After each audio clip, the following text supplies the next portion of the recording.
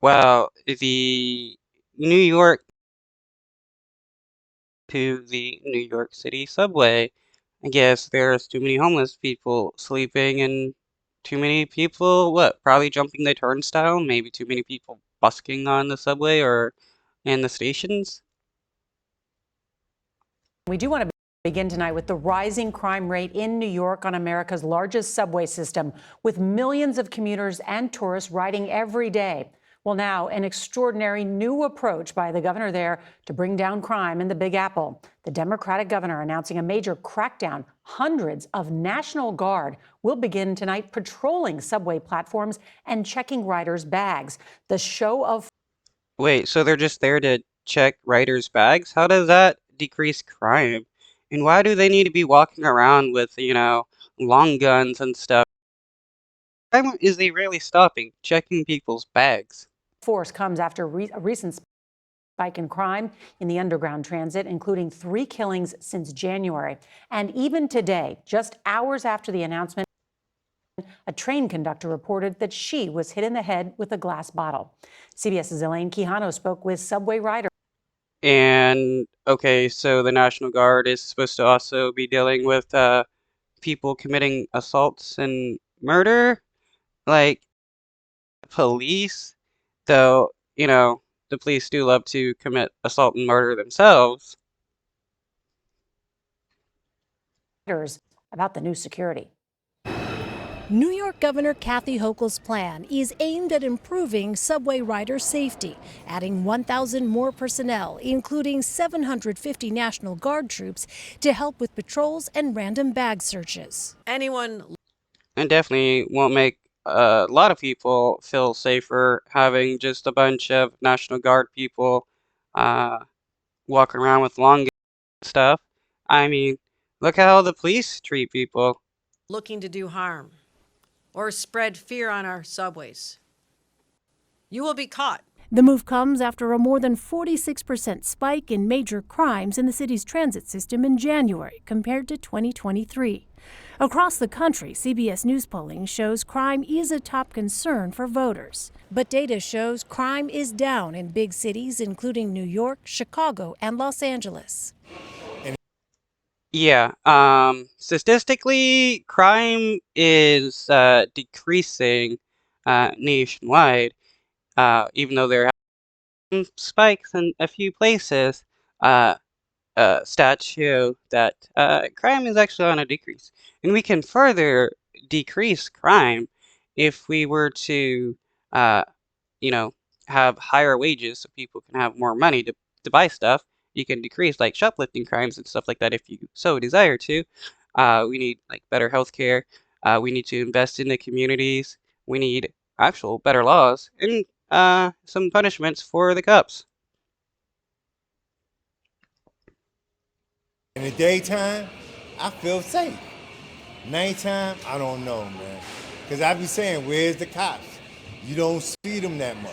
Already this year, Well, you don't see the cops unless they're beating you down. I would not feel safe in New York being surrounded by cops, knowing how the cops do love to treat people. there have been several high-profile crimes in New York's subway system, including 3 killings and a brutal attack on a conductor. But you have to feel safe in the Though I'm surprised that we're supposed to pretend that cops are here to actually protect people.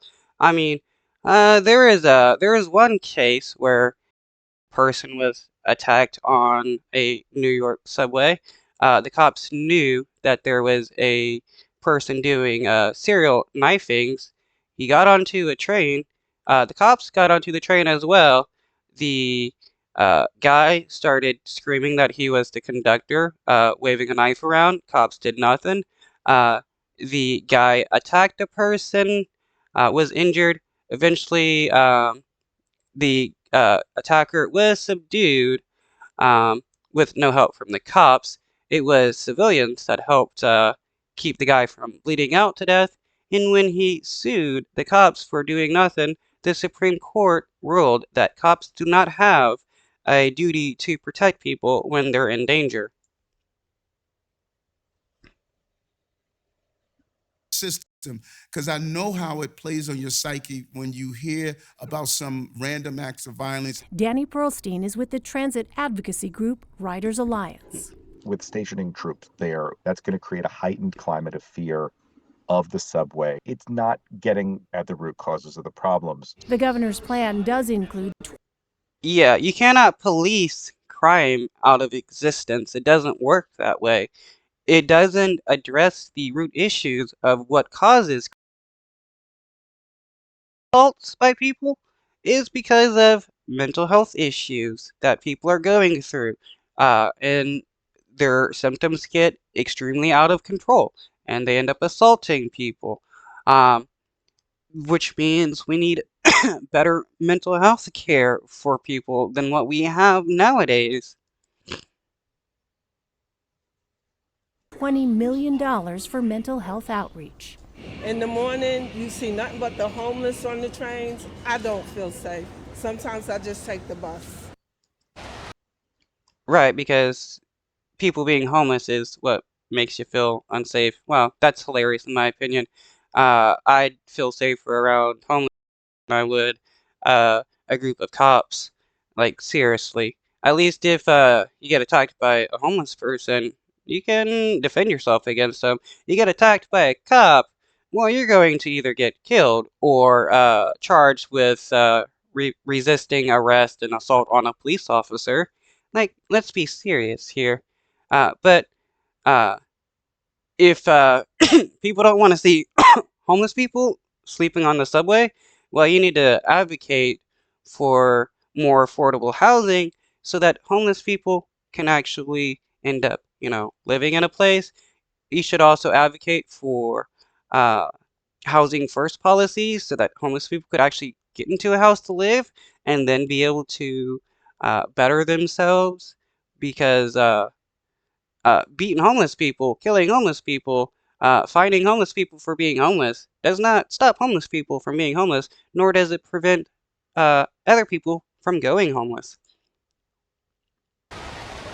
More than 3 million people ride the New York City transit system every day. But Nora, that is down from a peak of 5 million people per day before the pandemic. So what